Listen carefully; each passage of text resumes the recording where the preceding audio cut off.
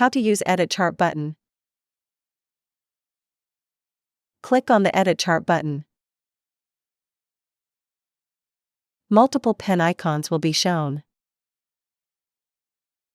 Click on the chart header pen to edit the properties. Then enter the header text.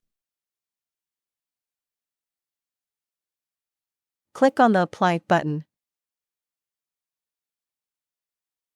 Click on the Node Properties pen to edit the properties.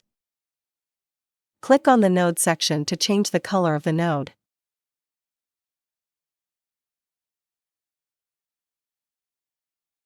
Click on the Apply button. You can set the color of all nodes. Explore the properties to fully customize your Sankey chart.